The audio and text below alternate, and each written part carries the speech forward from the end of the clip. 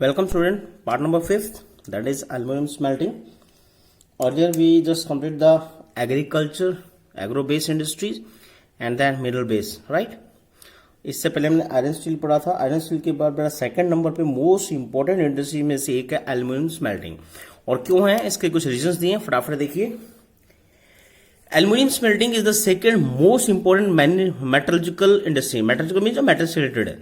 It is light, note करना, is light, resistance to the corrosion, जंग नहीं लगता इसके, a good conductor of heat, malleable, become strong when it is mix with other metals. और strong होता है अगर इसका अलॉय बना है, ठीक है.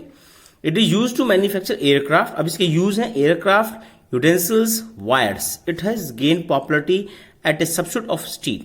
स्टील का भी सब्स्टिट्यूट बन चुका है बेटा, कॉपर, जिंक, लेड कई जगह, एंड नंबर ऑफ इंडस्ट्री. तो इन सबको बेटा इनका ऑप्शन के रूप में निकल के आया. ये हल्का और काफी मजबूत है, इस वजह से स्टील, कॉपर, जिंक और लेड इनकी जगह इसको यूज किया गया है.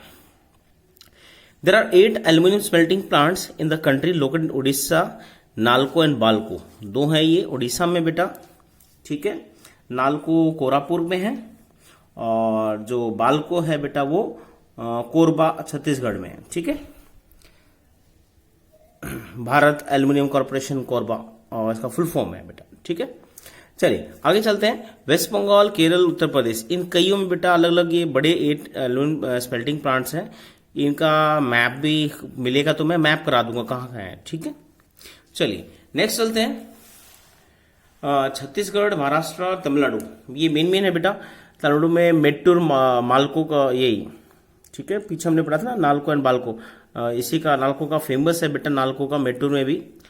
अब हम बात करते हैं इन 2004, और अभी हम 9 का डाटा देख रहे हैं, इसमें 9 का चेंज किया हुआ है. 4 में बेटा 600 था और अभी 2009 में अगर बात करें तो 1523 लाख मिलियन टन्स एल्यूमिनियम हमारे यहाँ से प्रोड्यूस हुआ है, ठीक है. तो हर डिकेड में बढ़ता जा रहा है. बॉक्साइट इसका रॉ मटेरियल है, जो बताया ना पीछे हमने मिनरल्स में पढ़ा था बेटा, मिट्टी फॉर्म में मिलता है, हैवी एक मिट्टी होती है bauxite. The raw material use in the smelter is a very bulky, dark reddish coloured rock.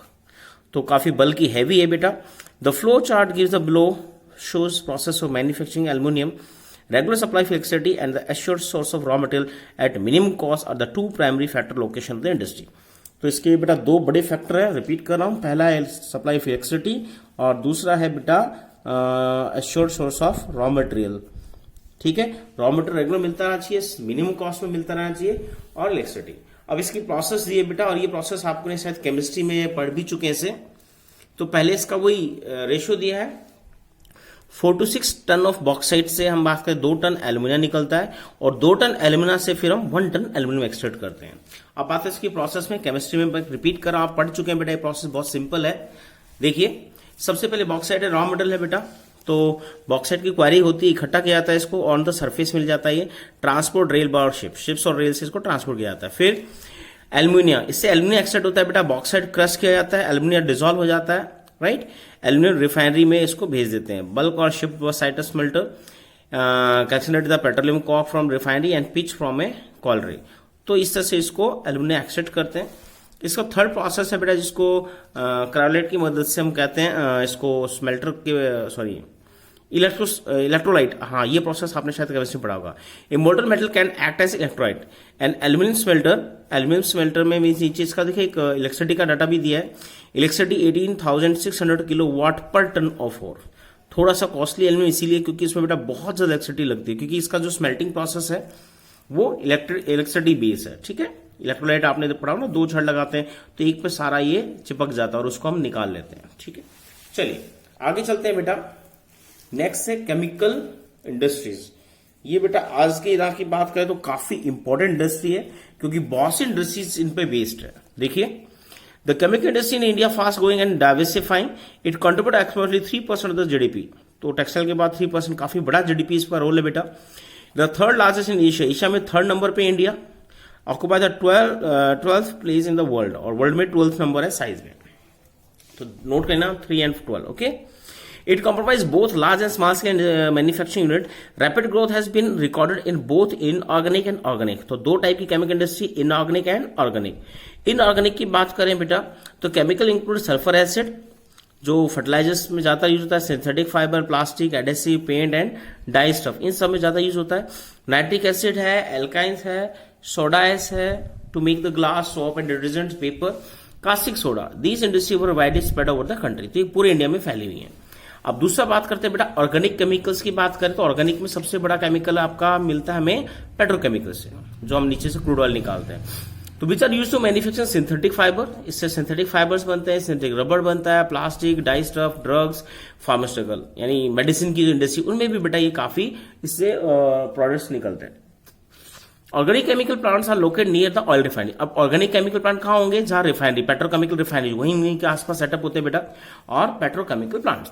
The chemical industry is its own largest consumer. अब केमिकल इंडस्ट्री खुद ही एक बड़ा अपना कंज्यूमर में, क्यों, जैसे आप पेट्रोकेमिकल इंडस्ट्री बताई हमने बेटा, यहाँ केमिकल्स इससे एक्सट्रैक्ट किए जाते हैं, उससे फिर उसका जो प्रोडक्ट है वो दूसरे के रॉ मटेरियल है, ये कुछ बनाते हैं, फिर इनसे जो बनता है वो किसी के लिए प्रोडक्ट रॉ मटेरियल हो जाता है, ठीक है। तो आपस में ये बड़ी स्केल पे अपना खुद का कंज्यूम कर लेते हैं। Basic chemical undergone process to further produce other chemical that are used to industrial application, agriculture or directly for consumer markets, make a list of the products you are aware of। तो actual के लिए बहुत से chemical है, जिसमें fertilisers की बात करें, पेस्टिसाइड की बात करते हैं, राइट, वेडिसाइड्स की बात करते हैं, वो सारे यहीं से आते हैं। और कंज्यूमर मार्केट के लिए भी बहुत से केमिकल्स बेटा इन्हीं इंडस्ट्री से प्रोडक्ट निकलते हैं, ठीक है। अब चलते हैं फर्टिलाइजर इंडस्ट्री। ये इंडिया के लिए काफी इंपोर्टेंट, इंडिया में क्योंकि अभी बेटा हमके लिए एक्चुअल बहुत इंपॉर्टेंट है, बड़ी स्केल पे पॉपुलेशन में एंगेज है। देखिए, the fertiliser industry is centre around the production of nitrogenous fertilisers, mainly urea. सबसे बड़ा फर्टिलाइजर हमारे यहाँ यूरिया यूज होता है बेटा, तो इसके आसपास घूमती ज्यादातर, इसको नाइट्रोजियस फर्टिलाइजर्स में से एक कहते हैं। Phosphatic fertilisers and ammonium phosphate, DAP, ये भी हमारे एरिया में काफी यूज होता है। Complex fertilisers which have a combination of nitrogen, phosphate and potash, इनके केमिकल वो नाम दिए हैं, नाइट्रोजन को एन लिख सकते हैं, पोटेशियम को पी और पोटेशियम को के। द थर्ड पोटास, इन तीनों में से हम बात करते हैं। पोटास बेटा इंडिया में नहीं मिलता है, ये आगे देखिए दिया है। The potash is entirely imported as the country does not have any reserve or commercially usable potash or potash compound in any form। तो किसी भी फॉर्म में बेटा पोटास नहीं है, तो इसको अधिकतर हम 100% बाहर से इंपोर्ट करते हैं। India is the third largest producer of nitrogen fertiliser, तो वर्ल्ड में हम थर्ड नंबर पे बेटा नाइट्रोजन फर्टिलाइजर में, क्योंकि हमारी बड़ी पॉपुलेशन इस पे बेस है और हमारी एक नीड भी है। There are 57 fertiliser unit manufacturing nitrogen and complex nitrogen fertiliser, 29 for urea and 9 for producing ammonium sulphate by product and 68 other small unit produce single super phosphate. तो सुपर फॉस्फेट है, ammonium sulphate है, right, nitrogen complex nitrogen fertilisers है, और एक urea. इनकी unit बेटा 1 by 1 दी, एक बार इसको सीक्वेंस में लिख लेना। At present there are 10 public sector undertaking and 1 cooperative sector at Hazira.